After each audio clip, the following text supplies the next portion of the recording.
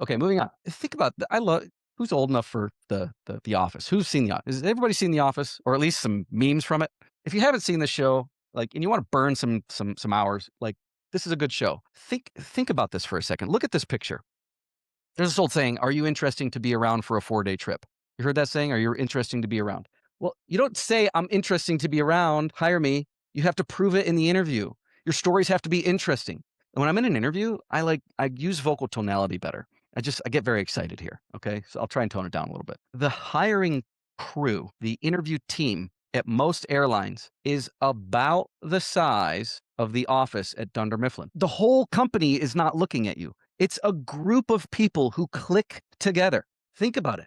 If you apply to Dunder Mifflin, the questions that these people would have for you are not how many paper sales. I mean, it might be how many paper sales have you made in the last 12 months. It might be that, but I guarantee you that if the most annoying person that they interview that day sold the most amount of paper of all the other candidates in the last 12 months, show of hands, who thinks that that person would get hired? The most annoying person who sold the most amount of paper. Who thinks that one would get hired? Who thinks that they would absolutely not get hired? Right? You with me? You follow me? Culture is this like abstract thing that everybody talks about, but guess what? It's a very tangible and learnable thing to develop culture. It's kind of like it's like the love languages. This is a little tangent. The love languages. Have you guys read the love languages? The book Love Languages? Do it. Read it. Don't like read it, okay? Because it applies to work and relationships. Everybody likes relationships, okay? Or at least ones that are successful. Read that book, okay? If you organically, naturally speak the same love language as your mate, now you have what's this term? This vague, this abstract thing called soulmate. I found my soulmate. You know what that means? That means you guys both speak and receive the same languages, coincidentally. Now, that's not all couples. It's not always gonna it's not always gonna fall that way. There's gonna be some headbutting here. But the most successful ones are when people learn the other's love languages and they make it work, right? This is also an outcome of a successful relationship. You learn the other people's languages and dialects and actions and everything, and you try your hardest until the day you die to speak those languages and dialects and do those things for that person. That is soulmate. It gives you the soulmate sensation, I should say. Okay. But there's a science behind that.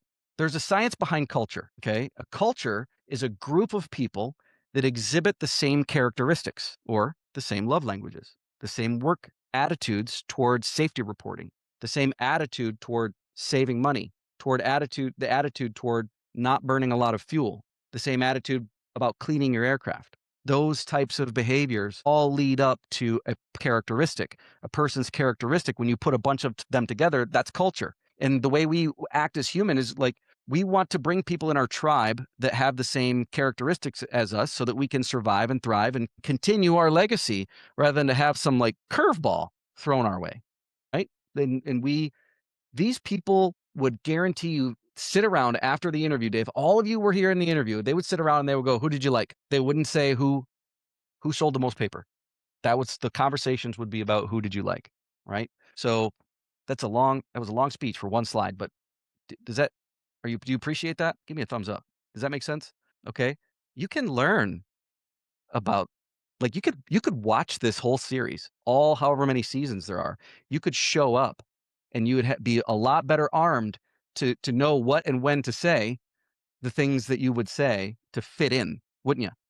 You can learn about your company. You can befriend the team that is on the recruiting team and you can learn about them, okay?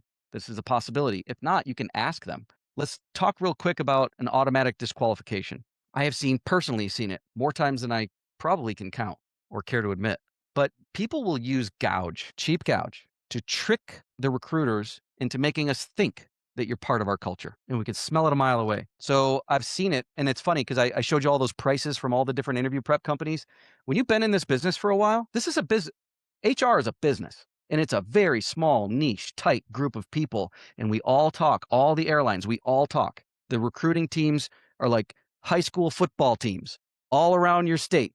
And we all know each other because we see each other at the games. We go to the recruiting events. We are there together. Okay. And I can sit down and by the time I get halfway through the tell me a time stories, I'm like, I know who this person was prepped by. I can tell based on the stories of other people's that they're telling. And if I know that, I can flag them on integrity and I cannot hire them.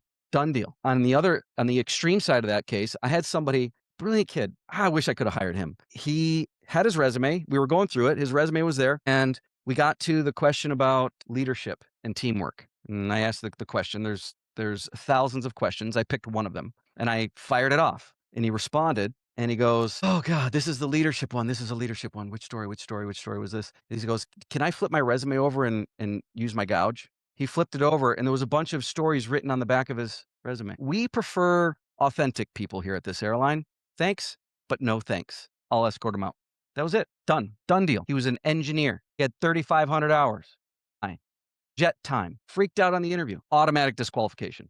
Be careful. I will tell you this. There is gouge out there. Fine. I have gouge in the course. I have the questions in the course. I don't have the answers in the course that other people gave intentionally.